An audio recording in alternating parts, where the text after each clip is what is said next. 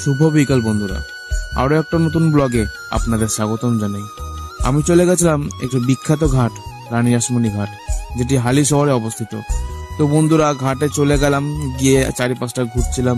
সামনে দুটো মন্দির দেখতে পারবেন, যেগুলোতে আপনারা ঘুরতে পারবেন এবং পুজো দিতে পারবেন। শিব মন্দির ঘাট বলে, যে ঘাটে আমি ভিডিও করছি সেটা হচ্ছে শিব মন্দির ঘাট। তো সেই ঘাটের সামনে দুটো মন্দির আছে, মন্দিরে ঘুরতে পারবেন।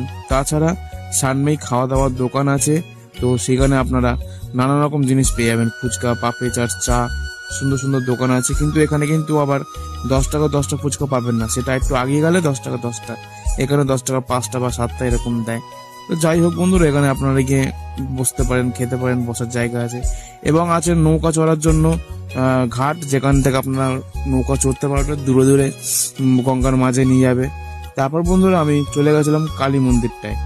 তো এই মন্দিরটা হচ্ছে দক্ষিণেশ্বরের আদলে করা, যেটা আমি এখন ঢুকছি ভিতরে। ভিতরে অবশ্য ক্যামেরা চালু করা নিষেধ, তো আমি চলে গেছিলাম আপনাদের দেখানোর জন্যই। তো মায়ের দর্শন নিলেন দর্শন। যাই হোক বন্ধুরা, আবার দেখা হচ্ছে।